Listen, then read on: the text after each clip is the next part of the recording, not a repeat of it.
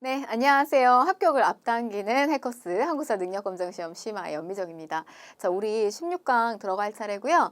여러분들 이제 이 파트는 조선을 전기와 후기로 나누게 되는 커다란 사건이죠. 외란과 호란, 이 양란에 대해서 배워보는 시간이 되겠습니다.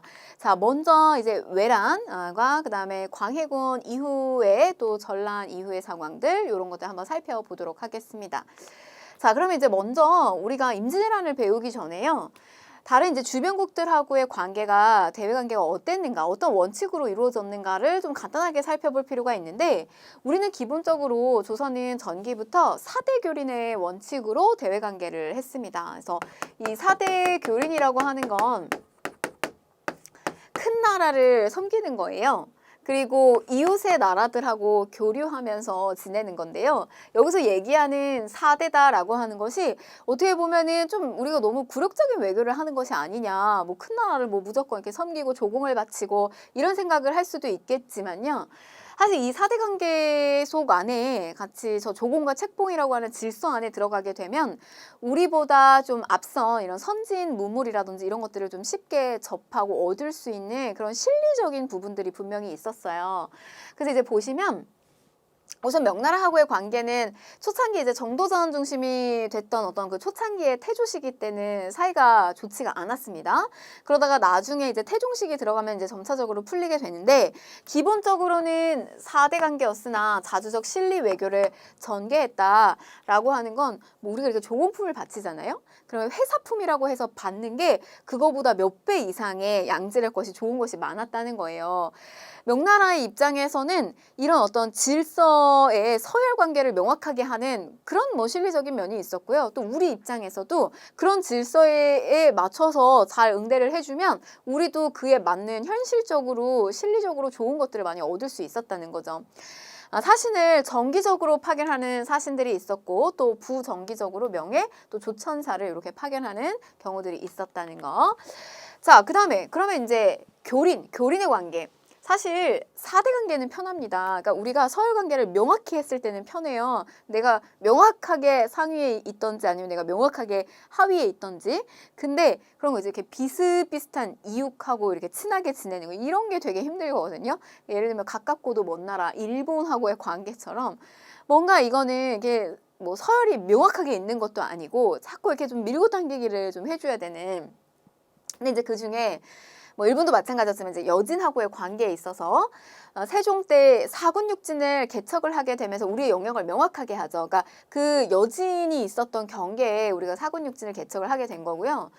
그다음에 이제 부평관이라고 하는 거를 설치해서 한편으로는 저렇게 이제 당근책을 주면서 한성에서 사절단들이 와서 머무를 수 있도록 이런 부평방을 설치하기도 했고 또 국경 무역을 일부 허용하기도 했습니다. 그래서 위치는 보게 되면 요 함경도 일대예요. 경성과 경원에다가 무역소를 설치해서 이렇게 무역을 또 허용하기도 했고요. 자, 일본하고의 관계를 보시게 되면 삼포 외란이다. 중종 때 우리가 이제 삼포 우리가 그 이전에 삼포를 개항을 했잖아요. 근데 그 삼포에 거주하던 외인들이 무역 통제에 대해서 반발하면서 일어나게 됩니다. 그래서 중종 시기 때 삼포 외란이 발생을 하게 되고요. 요게 이제 명종 시기가 되면 또 을묘, 대규모의 왜구들이 침입해서 들어오게 된 이제 을묘 외변이 발생을 하게 되는데 이게 여러분들 여기서 중요한 게 있어요. 뭘 보셔야 되냐면 바로 이런 사건들로 인해서 설치하게 된 이 비변사라고 하는 기구에 주목을 하셔야 돼요. 변방을 방비하기 위해서 임시적으로 설치한 것이 비변사입니다. 그래서 이 비변사를 임시로 설치하게 되고 그 다음에 요 명종 시기 때 을묘외변이 일어나니까요. 이 비변사를 상설기구하게 돼요. 그래서 이때 임시적 설치 상설기구화가 된다는 거 명종 때. 여러분 명종 시기가 어떤 시기냐면 저 시기는 위로는 사화가 발생하고 있었던 시기예요. 대윤과 소윤의 싸움, 을사사화. 근데 이때 당시에 뭐 인걱정이 난이라든지 그다음에 저런 외구의 침입이라든지 이런 것들이 벌어지고 있었던 겁니다. 바로 이제 이런 외구하고의 관계, 일본하고의 관계는 이런 식으로 좀 잦은 충돌이 있었고 그런데 이제 1592년이 되면요. 앞에 있었던 이런 사건하고는 차원이 다른 일이 벌어지게 돼요. 자, 바로 뭐냐. 1592년에 당시 일본은 전국시대라고 하는 혼란했던 시대를 통일을 하게 됩니다. 도요토미 히데요시라고 하는 인물에 의해서 통일을 하게 돼요. 근데 그렇게 이제 혼란했던 시기에 있었던 이 사무라이, 그러니까 말하자면 이제 직업군인 정도로 이해하시면 되겠는데, 그런 이제 사무라이층들이 자신들의 실력을 발휘할 때가 이제 없는 거예요. 그래서 그런 어떤 내부적인 불만이라든지 충돌 같은 것들이 뭐 소소하게 이뤄졌는데, 그거를 좀 바깥으로 분출을 해야 되는 그런 목표가 좀 하나가 있었습니다. 그 다음에 이제 또 하나는 뭐냐면, 일본의 가장 큰 이 도요토미 히데요시의 그 야망, 뭐 어떻게 보면 이제 망상이라고도 할 수 있죠. 그 섬나라를 벗어나고 싶어 했던 그 야망. 그래서 뭐 한반도는 그냥 거쳐가는 길목이고요. 여기를 지나가서 이렇게 명나라 대륙을 지배하고자 하는 그런 야망을 가지고 있었던 사람이 이제 도요토미 히데요시였어요. 그래서 정명가도 명나라를 우리가 칠 건데 니네가 길을 비켜라라고 하는 겁니다. 근데 우리가 어떻게 그렇게 길을 쉽게 비켜줄 수가 있겠어요? 그래서 이제 한편으로는 이제 이런 이야기를 해요. 사실은 일본과 명나라의 싸움 속에 우리가 중간에서 이렇게 끼어가지고 임진왜란을 겪었다. 이제 이런 또 해석을 하기도 하는데요. 자, 이게 1592년에 발생을 하게 되는 이러고 있다가 당했다. 뭐 이렇게 표현하기도 하죠. 이러고 있다가 당했다. 임진왜란입니다. 임진년에 일어난. 근데 여러분들이 이 부분을 공부하실 때요, 단계를 나눠서 공부하시면 좋아요. 일단 첫 번째 1단계, 그리고 2단계, 그다음에 3단계 이렇게 나눠서 공부를 하시는데, 1단계 침입해서 들어올 때요, 뭐 준비가 제대로 되지 않았습니다. 그래서 속수무책으로 깨져요. 관군이 대패, 참패, 깨집니다. 뭐 20일 만에 한양이 함락을 당하게 되니까요. 그리고 나서 이제 2단계로 들어가게 되면 계속해서 여기서 깨져 나가게 되는데, 그거 다시 이 민중들에게, 우리 백성들에게 희망을 알리는 희망의 종소리가 들려요. 그건 바로 수군에서 활약이 돋보였던 점입니다. 그래서 2단계로 들어가게 되면 수군의 승전보가 울리게 된다는 점, 그리고 또 육지에서는 의병들이 자기 지역을 방어하기 위해서 나섭니다. 의로운 병사들이에요. 이 의병들의 승리. 그래서 이제 상황이 역전이 돼요. 그래서 1단계, 그 다음에 이제 2단계. 요 무렵에 명나라의 지원군이 당도를 하게 되고요. 그리고 휴전협상에 들어가게 됩니다. 자, 그리고 나서 이제 휴전협상이 결렬이 돼요. 이 결렬되면서 다시 일어나게 되는 것이 정유재란이에요. 그래서 이때 이제 마지막 그 수군의 활약이 돋보이게 되는 뭐 이순신의 해전이죠. 그래서 보시면 마지막 이제 명량과 그다음에 노량 해전, 이렇게 해서 종결이 된다라고 보시면 되겠습니다. 그래서 이런 단계를 나눠서 공부하시면 훨씬 수월하실 거예요. 자, 그러면 이제 우리가 교재 보면서 좀 짚어볼 텐데요. 1992년에 임진왜란이 발발할 때는 사실 그런 조짐이 좀 어느 정도 눈치를 챘다 그래요. 근데 이게 실질적으로 언제 쳐들어올 것인지, 그 다음에 이게 과연 맞는 것인지에 대한 좀 불분명한 여러 가지 이제 정보들 때문에 준비를 실질적으로는 구체적으로 하지를 못했다. 그래서 당시 이 부산 일대로 부산진 왜군이 침입하자 부산진의 첨사 정발과 동래부의 부사 송상현이 왜군을 맞서서 싸우게 되는데, 뭐 파죽지세로 밀고 올라오게 됩니다. 당시 저 멀리서 일본의 배가 이제 수군이 밀고 들어오는데요. 뭐 이제 우리한테 조공을 바치러 오는가라고 생각할 정도로 이렇게 짐작을 하지 못했다 그래요. 그래서 이제 밀고 들어오게 되는데, 치고 들어옵니다. 근데 이제 어디서 깨지게 되냐면 상주에서 깨져요. 일단 상주에서 이 이일장수가 맞서 싸웠으나 여기서 깨지게 되고, 그 다음에 이제 충주까지 올라오게 되는데 충주에서 깨지게 됩니다. 이때까지만 해도요, 사실 당시 이제 왕이었던 선조는 충주를 지킬 것이다, 신립이 지킬 것이다 라고 믿었어요. 믿어 의심치 않았습니다. 왜냐하면 신립 장수는요, 한 번도 전투에서 진 적이 없는 사람이에요. 근데 이게 당시에 이제 어떤 상황이었냐면, 이 신립 장수와 이일 장수는 그러니까 이 지형을 잘 파악하고 있었던 사람은 아니었어요. 그러니까 당시 우리의 군대 그 방어 체제가 지금 이 임진왜란을 겪을 때 각 지역에다가 이렇게 배치하고 있는 진관의 체제가 아니라 한쪽으로다가 군대를 이렇게 몰아넣은 체제였거든요.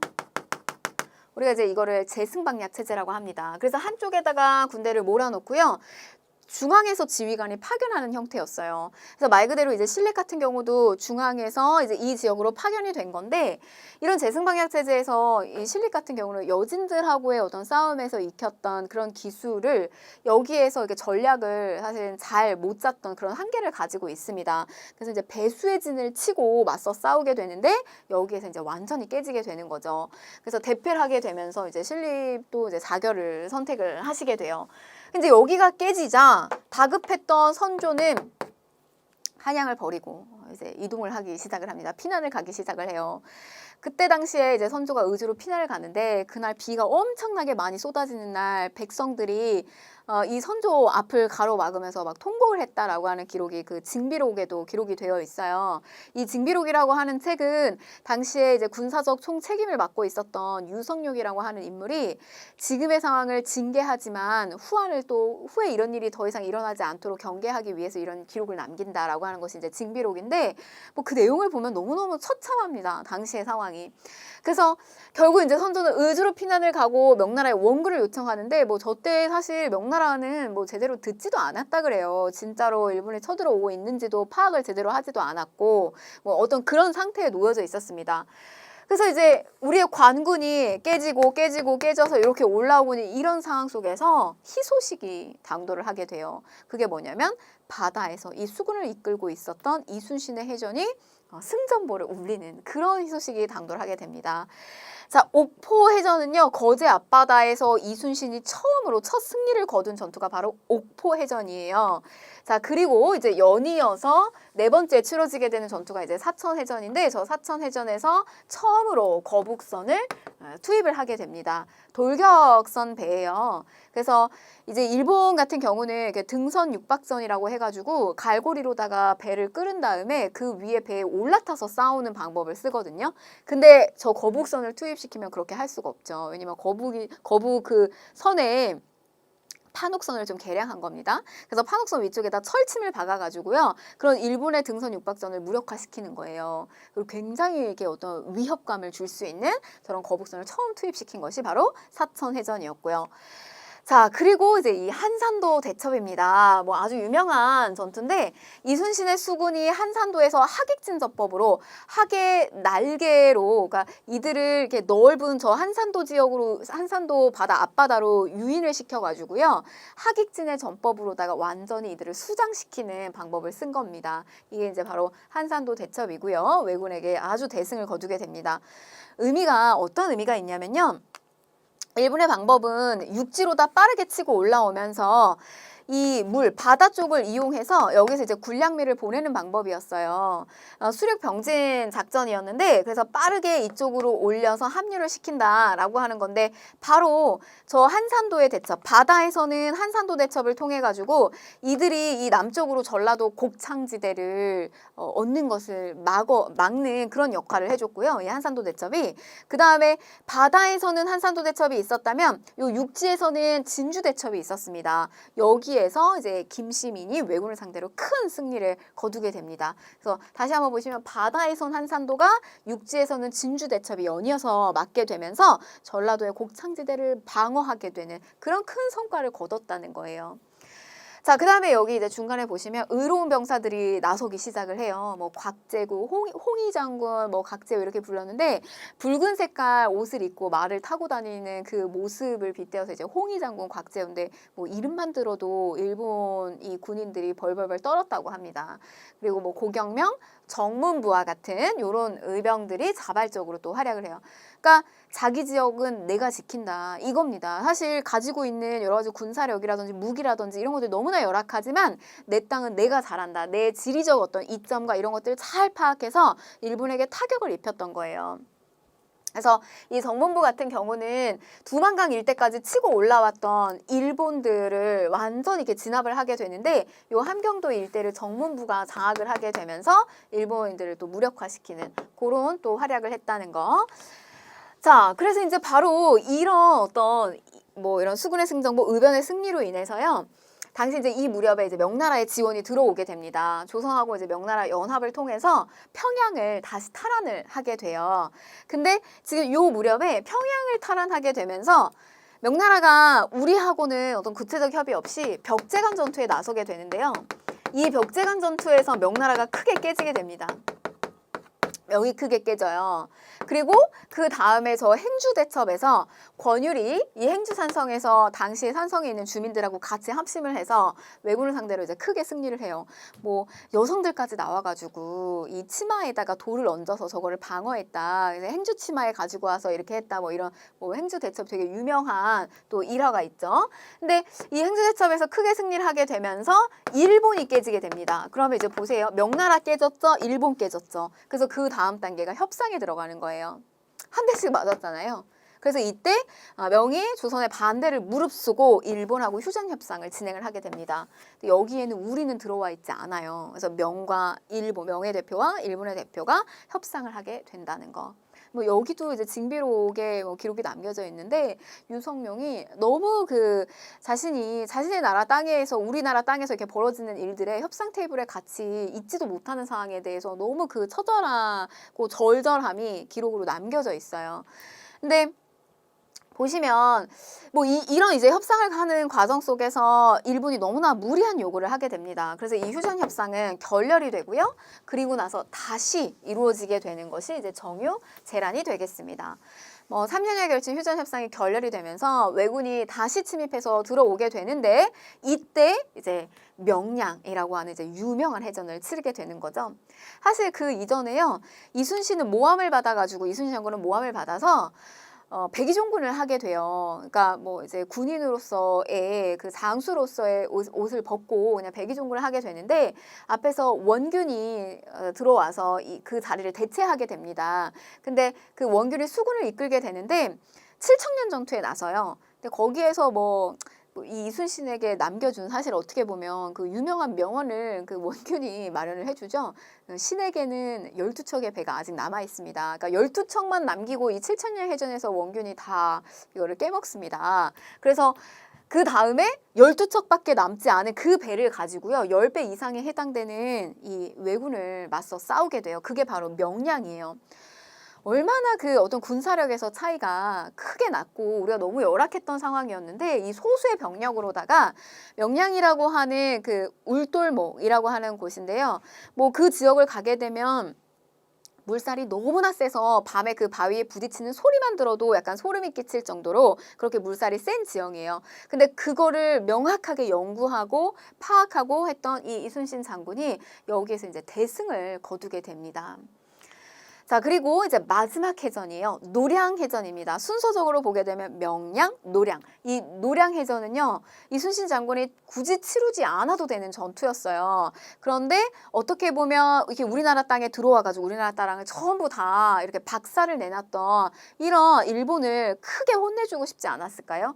이 마지막 전투, 왜군이 도망가고 탈출해서 나가려고 하는 저 왜군의 마지막 부대를 끝까지 쫓아가서 박살을 냅니다. 이게 마지막 노량해전이고요. 이 전투에서 이순신은 이제 전사를 하게 되는 거죠. 요게 이제 마지막. 그래서 뭐 이 임진왜란은요. 이순신에 대한 그 영웅이라고 하는, 그러니까 영웅이라고 하는 건 너무 이렇게 미화시키고 꾸민 것 같다라고 하는 느낌이 들지만, 뭐 이거는 일본에서도 우리를 침입해서 들어왔던 일본에서도 이순신을 영웅시화하거든요. 그러니까 그 정도로 우리는 이 임진왜란에 대한 이야기를 할 때 이순신을 빼놓을 수가 없어요. 그러니까 그 정도로 중요한 역할을 했던 분이 바로 이제 이순신 장군이라고 보시면 되겠습니다. 자, 외란 이후에 일본과의 이제 관계를 보실 텐데. 일본하고의 관계가 안 좋아졌겠죠. 더 이상 교류를 우리 입장에서 하고 싶지 않은데 외란 이후에 막부가 바뀌게 됩니다. 중간에 이제 도요토미 히데요시가 사망을 하게 됐고요. 그러면서 이제 도쿠가와 이에야스가 이끄는 에도 막부가 탄생을 하게 되는데 에도 막부는 이런 입장을 취해요. 우리 니네랑 싸우고 싶지 않았다. 우리는 새로운 정권이다. 라고 하면서 이제 우리에게 뭐 수교를 요청을 하겠죠. 선진 문물을 받고 싶은 그런 목표가 있었던 거예요. 그래서 뭐 당시에 이제 계속해서 이런 그 요청 속에서 광해군 시기가 되면 기후약조를 통해서 다시 이렇게 국교를 재개하게 됩니다. 그래서 제한된 범위 내에서 교섭을 허용하게 된다는 거, 기후약조는 좀 눈여겨서 보실 법합니다.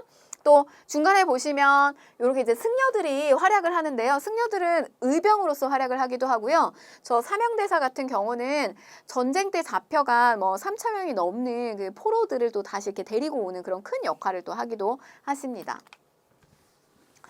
자, 그리고 이제 이후에 이제 통신사를 적극적으로 또 파견을 하게 되는데, 이거는 뭐 일본에서 막부 쪽에서 이제 요청을 하는 거예요. 그래서 막부의 우두머리 이제 주인 쇼군이 바뀔 때마다 권위를 인정받기 위해서 통신사 파견을 요청합니다. 돈이 어마어마하게 많이 들어요. 근데 그 많이 드는 돈을 일본에서 다 지불을 한 겁니다.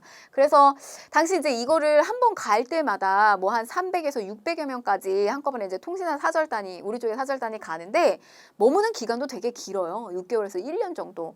근데 그 시간에 드는 그 비용도 일본에서 처리를 했고, 또 한편으로는 그렇게 사절단이 가면 문화적 교류가 많이 이루어지겠죠. 그래서 그 문화적 교류를 기록으로 남긴 것이 또 유네스코 세계 기록 유산으로 등재가 되어 있어요.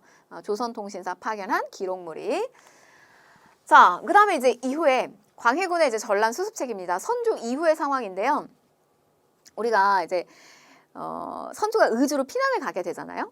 그래서 당시에 조정을 둘로 나눠요. 그래서 한쪽의 축은 광해가 담당을 하고요. 한쪽의 축은 선조가 담당을 하게 되는데, 광해 같은 경우는 그래서 이 전쟁기에 굉장히 중요한 역할들을 많이 하게 됩니다. 그리고 이제 어떻게 보면은 선조 때 이루어졌던 이 임진왜란 이후의 전란에 대한 수습이 저 광해군, 그 다음 때의 왕이었던 광해군에게 과제로 넘어가게 됐는데요.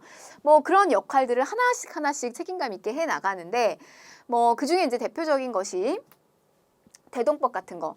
백성들이 특산물을 직접적으로 내야 되는 것이 굉장히 큰 부담이었어요. 그래서 이거를 쌀로 내는 거, 쌀로 내는 식으로 바꾸게 됩니다. 그래서 쌀이나 화폐를 내는 것으로 이제 바꾸게 되는 대동법을 실시하기도 했고요. 경제 파트에 또 나올 겁니다. 그 다음에 또 임진왜란 끝나고 난 다음에 광해군 시기 때 허준이 이렇게 이제 그러니까 선조의 시기 때 시작을 했어요. 시작은 했지만 이게 이제 완성이 이제 광해군 시기 때 완성이 됐다는 거.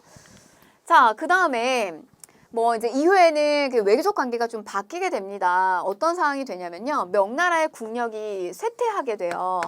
그러니까 전쟁을 겪게 되면 뭐 같이 거기에 뭐 도와주던 아니면 같이 뭐 가해자든 피해자든 간에 다 같이 국력을 소비하게 되는데, 우리나라의 지원군으로 왔던 명나라도 국력이 많이 쇠퇴하게 됩니다. 그러면서 이제 여진이 성장을 하게 되면서 이 후금이 새롭게 부상을 하게 돼요.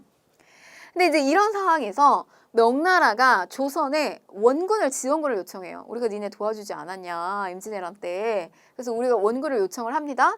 근데 우리가 이거 어떻게 해요? 이거 어떻게 받아들일 수가 없는 거예요. 이거 완전 거절할 수도 없고, 그렇다고 이거를 오케이 하고 막 치러 갈 수도 없는 거예요. 왜냐면 후금이 지금 새롭게 성장하고 있으니까. 근데 이때 광해군은 어떤 판단을 하게 되냐면 중립외교를 선택하게 됩니다. 그러니까 일명 양다리 외교 정책이라고 해서요. 명나라가 지원해달라고 하니까 지원군은 보내요. 강옥립을 주축으로 해서 보냅니다. 근데 전투의 상황에 따라서 적당하게 대처해라. 너희들하고 아주 전면전을 칠 생각은 없다. 상황을 보면서 적당히 항복을 하게 됩니다. 이제 중립외교를 한 거예요. 말하자면. 그래서 명과 후금 사이에 실리적이고 이런 아주 신중한 중립외교를 추진했다는 거. 그러나 이게 인조반정, 오랑캐하고 화친했다. 광해는 우리 일본이 침입해서 들어왔을 때 명나라의 은혜를 저버리고 오랑캐 여진족하고 붙어먹었다라고 하는 것이 빌미가 돼서 광해군이 결국 이제 왕에 끌어내려지게 되는 하나의 명분이 되기도 해요. 자, 그러면 이제 우리가 한번 문제를 풀어보도록 할게요. 자, 임진왜란 때 수군의 활약이고 요거 순서대로 나열해라. 그러니까 순서 문제가 나올 수가 있는데요. 자, 보시면 명량이에요. 10여 척의 배로 명량에서 대승을 거두었어. 이게 마지막이잖아요. 그리고 요거보다 더 마지막은 노량이에요. 우리 노량진에서 공부하고 있는 수험생들이 많이 있거든요. 거기 이제 공무원 수험생들이 많이 있기 때문에 그래서 제가 막 노량에서 전사해라, 노량진에서 전사해라, 여기서 마지막 승패를 내라 막 이렇게 얘기하는데, 순서적으로 보게 되면 명량, 그다음에 마지막이 노량이라는 거 기억하시라고 하는 이야기입니다. 자, 그다음에 견내량에 머물던 왜군을 한산도 앞바다로 유인하는 거예요. 그래서 넓은 지역에서 하객진 전술을 쳐가지고 이들을 바다에다 완전히 수장시키는 게 바로 한산도 대첩이고요. 순서 조금 보시면 한산도, 그 다음에 김시민의 진주 대첩 이렇게 들어가죠. 그 다음에 뭐 앞에 보시면 이제 옥포가 첫 해전이고 승전보를 알려줘서 백성들이 굉장히 이제 환호하게 되는, 그런 안도하게 되고 환호하게 되는 전투가 옥포 해전입니다. 자, 그럼 얘는 순서대로 보시면 가나다 이렇게 들어갈 수가 있겠네요. 네, 자, 기출주제 30으로 들어갈 거고요. 우리가 이제 임진왜란 이후에 호란입니다. 우리가 정묘호란, 병자호란과 관련된 내용을 다뤄볼 거고요. 그 다음에 양난이 끝나고 난 다음에 통치체제에 대한 변화 부분이 있어요. 바로 이 제도사적인 부분에 대해서 좀 집중해서 배워보도록 할게요. 자, 보시면 호란의 전개인데요. 이 호란의 전개는 정권이 바뀌면서 이제 발생을 하게 됩니다. 자, 당시에 서인들이 광해군의 중립외교 정책과 폐모살제에 반발을 해서, 그러니까 이 광해군은 명나라의 은혜를 저버리고, 우리가 뒤에 이 붕단과 관련된 파트가 나오면 또 나올 거예요. 그때 또 조금 구체적으로 다뤄보도록 하고요. 이 광해군이 명나라의 임진왜란 때 우리를 도와준 명나라의 은혜를 저버리고 후금하고 이렇게 화친을 하면서 중립외교를 펼다라고 하는 그런 어떤 입장, 정책과, 그 다음에 인목대비를 유폐하고, 계모였던 인목대비를 유폐하고 자신의 배다른 형제였던 영창대군을 살해했다라고 하는 저 폐모살제 명분으로 이 광해군은 왕의 자리에서 끌어져 내려오고요. 인조가 즉위를 하게 되면서 서인이 정권을 장악하게 됩니다.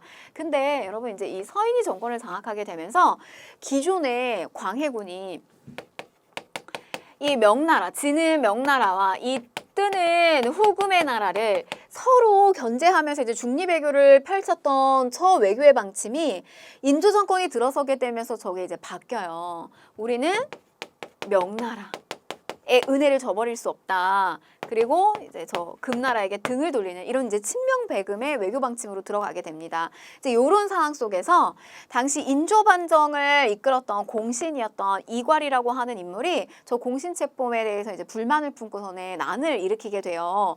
그래서 뭐 순식간에 도성을 점령하게 되면서 인조가 공주로 피난 가는 상황까지 발생을 하게 되는데, 저런 과정 속에서 이괄이 또 당시에 이제 정묘호란을 일으키게 되는 상황을 또 종용하는 일들도 벌이게 됩니다. 바로 이제 이런 과정 속에서 이제 정묘호란이 터지게 되는데요. 원인은 서인 정권이, 그러니까 인조 정권이 친명배금 정책을 실시하면서 후금을 자극하고 있었고, 당시의 상황도 내부적으로도 이괄의 난이 발생하게 되면서 굉장히 혼란했던 상황이었던 거죠. 이런 것들이 이제 배경이 돼서 후금이 침입이 들어오게 된다는 거예요. 근데 뭐 명분은 광해군을 위해서 보복한다. 우리 그런 거 있어요. 이렇게 남북 관계에 있어서도요. 우리 쪽에 남쪽에 대한 정권이 바뀔 때, 예를 들면 북한에 있어서 조금 좀 우호적이고 호의적으로 하는 그런 정권이 들어설 때와 또 그렇지 않을 때의 상황에 따라서 북한의 태도도 굉장히 크게 달라지거든요. 근데 후금의 입장에서는 자기들에게 외교적 전략을 쓸 때 비교적 그래도 이렇게 화친의 관계를 유지하려고 했었던 광해군의 정부를 끌어내리고, 인조 정권이 들어왔으니 저거를 명분 삼아서 보복하겠다. 자기들이 뭔데요? 이렇게 쳐들어오게 됩니다. 명분으로 조선을 침입하게 돼요. 그래서 이때 이제 인조가 어디로 피난을 가게 되냐면, 요거 조금 체크하실게요. 강화도로 이제 피난을 하게 됩니다. 근데 여러분 한 번 더 쳐들어와요. 나중에 그게 이제 병자호란이 되는 건데, 그때는 저 강화도로 피난을 가려고 하다가 못 가게 됩니다. 그래서 요게 강화도로 피난 갔다라고 하는 이야기가 나오면 이제 정묘호란에 해당된다는 걸 좀 기억을 하시고요. 그래서 이때 당시 정봉수와 이립과 같은 저런 의병들이 이끌고 항전을 하게 돼요. 근데 저 후금에서도 이렇게 밀고 쭉 내려오는데 저 의병들이 뒤에서 후방에서 계속해서 저 후금을 압박하고 타격을 입히거든요. 그러니까 당시에 우리 이제 조선의 입장에서도 이 군력이 바닥나 있던 상태였고, 그 다음에 이 후금의 입장에서도 저렇게 우리가 생각지 못했던 의병들이 자꾸 나서서 자꾸 후방을 치니까 이게 이제 적당한 선에서 마무리가 됩니다. 그래서 이제 어떤 관계를 맺게 되냐면 형제 관계, 비교적 좀 대등한 관계로 들어가게 되죠. 이 형제 관계를 맺게 됩니다. 근데 사실 우리 입장에서는 이 후금이 여진에서부터 시작해서 나라를 금나라로, 그리고 후금으로 성장시킨 나라예요. 그 우리 입장에서는 이 형제 관계도 사실은 못마땅하죠. 그리고 이런 관계를 맺고 난 다음에 이들이 요구하는 어떤 행태나 이런 게 너무 사실 무리한 것들이 많고 해서요. 이 뭐 탐탁지 않았고 내부에서는 후금에 대해서 적대시하는 그런 분위기가 계속해서 올라오고 했었어요. 근데 그거를 이제 이 후금의 입장에서도 불편하게 여겼겠죠. 근데 이 후금이 국호를 청으로써 이렇게 고친 후에 이제 더욱더 성장을 하게 됩니다. 그래서 청으로 고치고 조선에 이번에는 군신의 관계를 요구하기 시작해요. 이거는 사실 우리 조선의 입장에서 받아들이기가 너무 어려운 상황이었어요. 그러니까 이 내부적으로 청나라의 요구에 따라서 근데 전쟁만은 피해야 된다라고 하는 주화론자와 최명길, 근데 아니다, 이거 싸워야 된다, 적극적으로 싸워야 된다라고 하는 주전론, 윤집이라든지 뭐 김상헌이라든지 이런 인물들이 주축이 돼서요, 국론이 분열이 됐다라고 하는 거예요. 그래서 뭐 이거 이제 남한산성과 관련된 그 남한산성 우리가 책도 있고요. 그다음에 요거 영화도 있거든요. 거기에서 당시 최명길은 그 배우 이병헌이 주연을 했어요. 근데 당시 그 실제 기록상의 내용을 이렇게 잘 이렇게 좀 영화로 표현을 했는데 당시에 주화론자였던 우리가 앞에 임진왜란을 겪었기 때문에 또 다른 전쟁을 또 한 번 맞이해서는 뭐 백성들에 대한 뭐 고통과 피해가 막심하기 때문에 이것만은 막아야 된다라고 했던 사람이에요. 화해론자. 근데 최명길이 막 화의의 문서를 막 갖다가 쓰면은 저걸 중간에서 그러니까 주전론자였던 뭐 김상헌 이런 인물들이 저 화해 문서를 갖다가 다 북북 찢으며 최명길이 다시 와가지고 그걸 울면서 붙이고 막 이런 장면들이 많이 연출이 돼요. 그러니까 국론이 되게 심각하게 분열되어 있었던 상태였습니다. 근데 이쪽이 우세했어요. 주전론자, 싸우자. 그러니까 이런 것들이 청나라를 불편하게 했고 결과적으로 청이 조선을 또 한 번 침략을 하게 됩니다. 이게 바로 병자호란이에요. 정묘, 병자 이렇게 들어갑니다. 자, 그런데 이때도 맞서 싸운 이들이 있었습니다. 뭐 임경업 그리고 김상용이라고 하는 인물인데 이 인물의 동생이 제가 방금 앞에서 얘기했던 이 최명길과 서로 다른 주장을 펼쳤던 주전론자였던 김상원이 동생이에요. 그리고 김상용이 형입니다. 그 김상원의 형인데 왕족들을 데리고 강화도로 피난을 갔어요.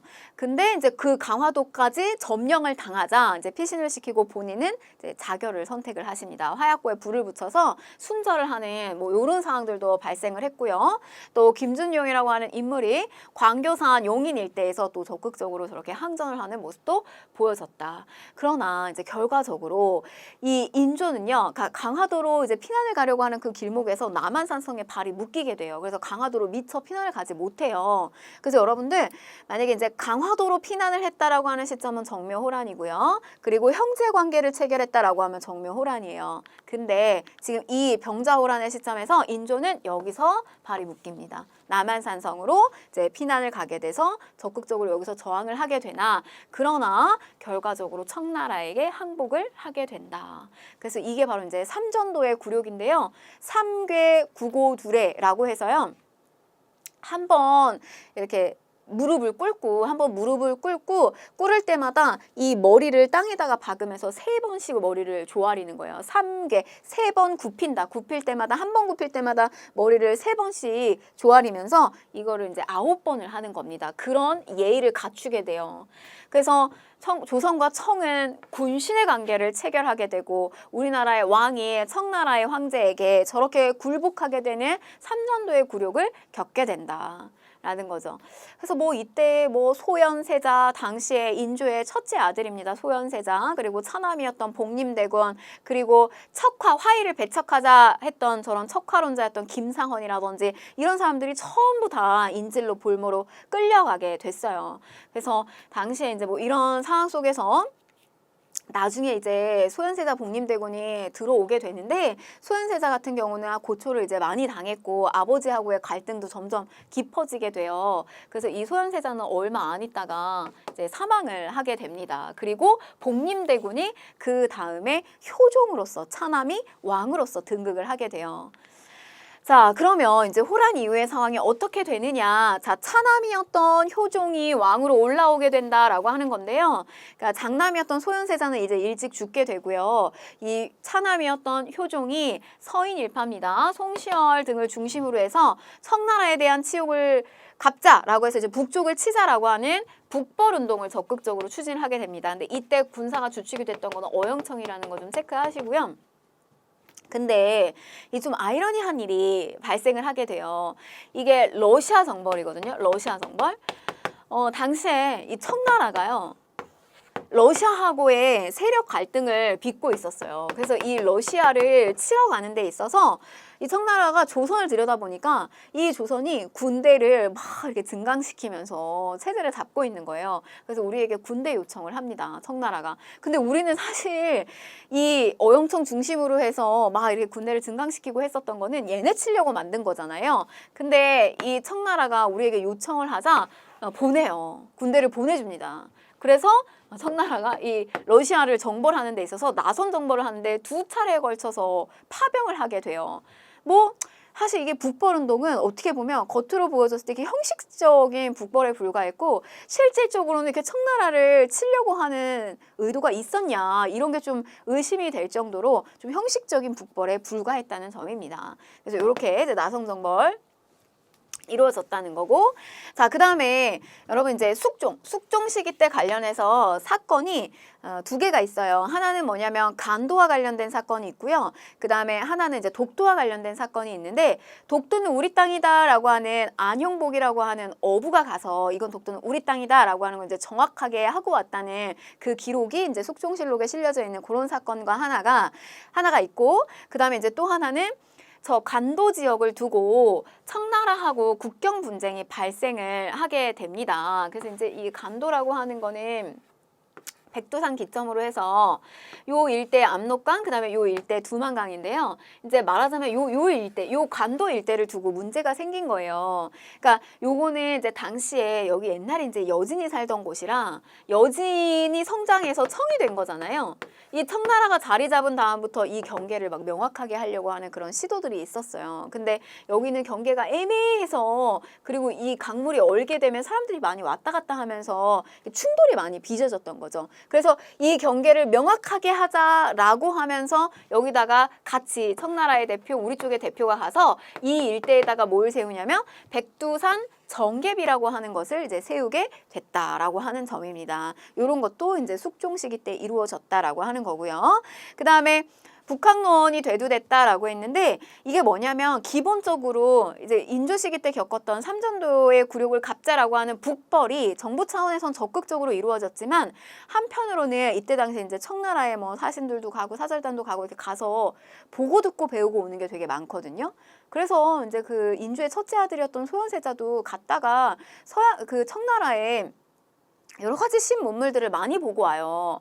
그래서 아버지한테 막 그런 것들을 얘기하고 이러니까 인조 입장에서는 자기가 그렇게 굴욕을 당하고 했는데 아들이 청나라에도 배울 점이 있다라는 이야기를 하니까 이게 충돌이 굉장히 크게 빚어졌던 거거든요.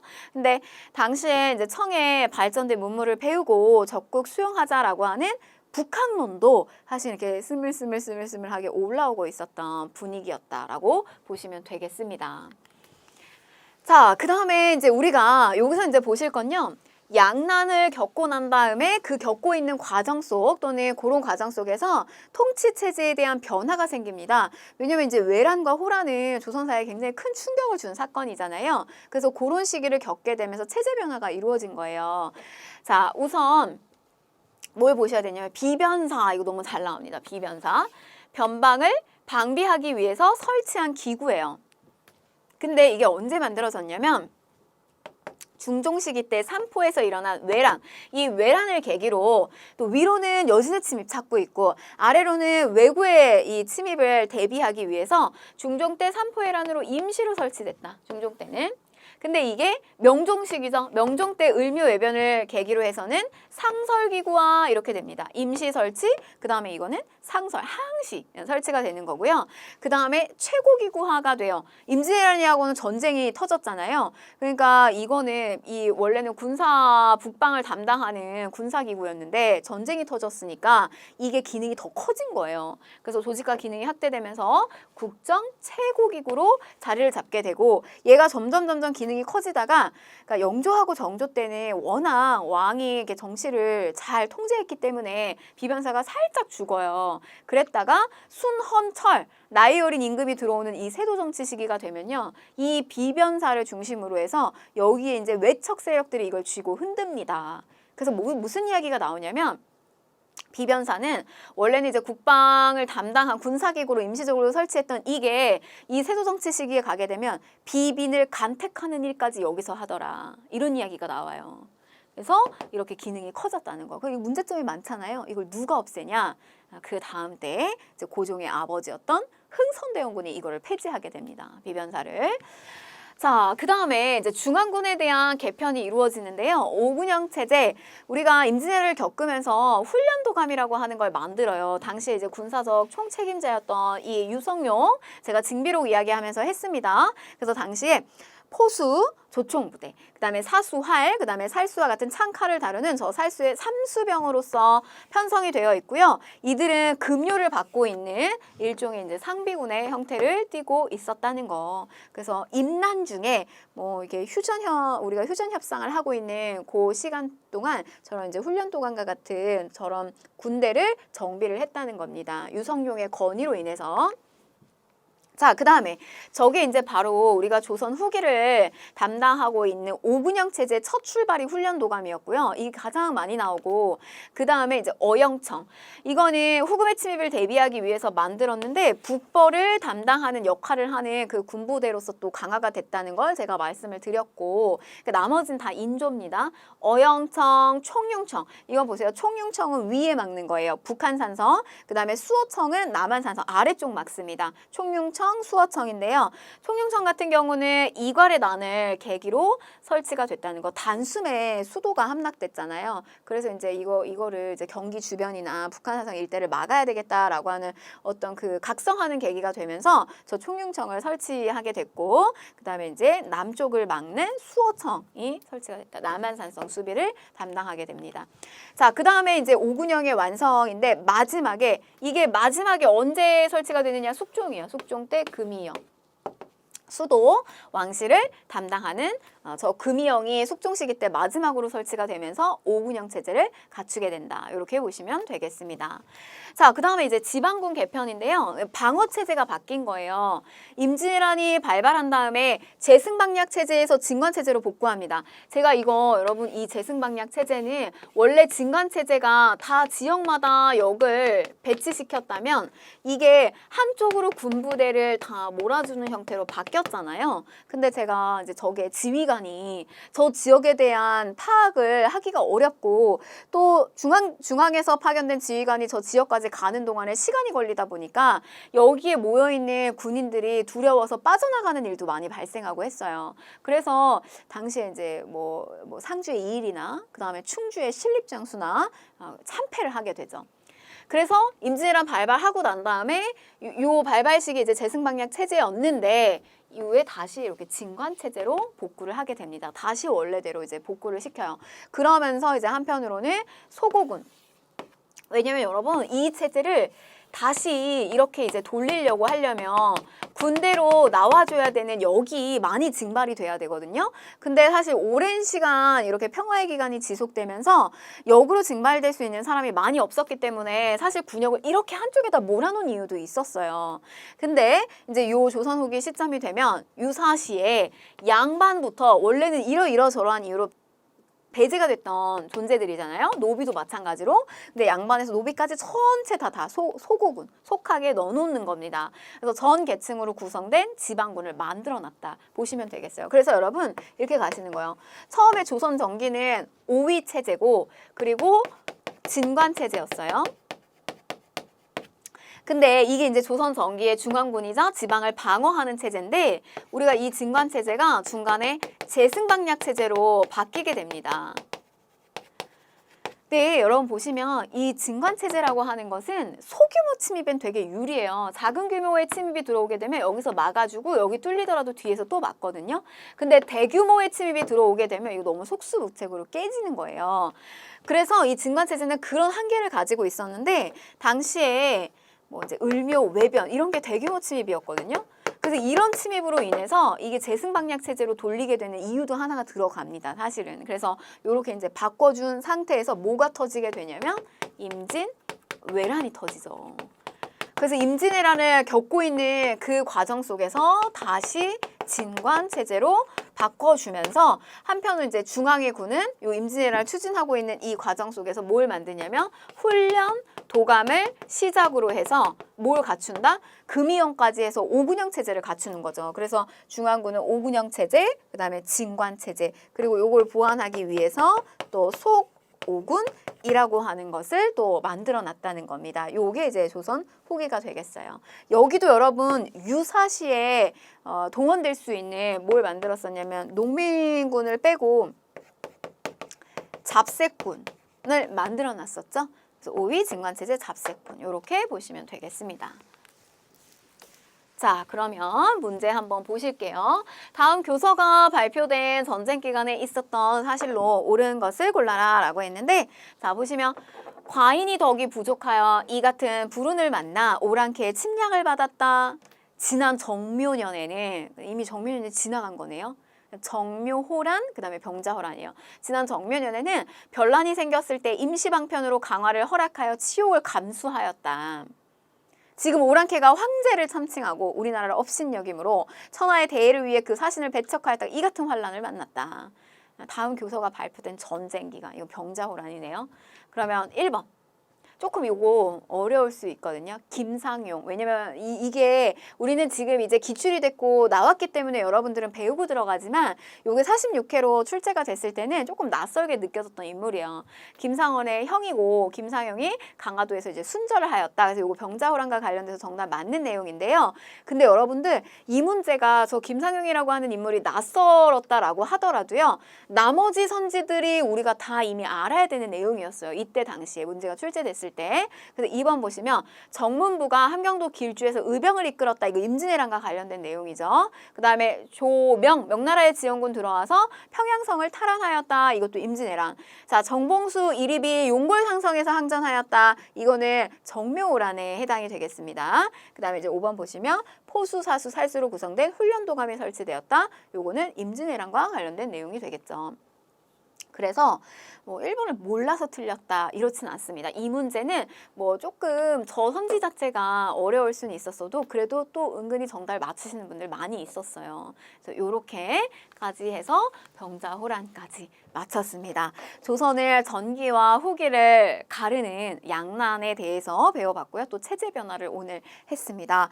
여러분 지치지 마시고 오늘도 마무리 잘 하시고 다음 강의에서 뵙도록 하겠습니다.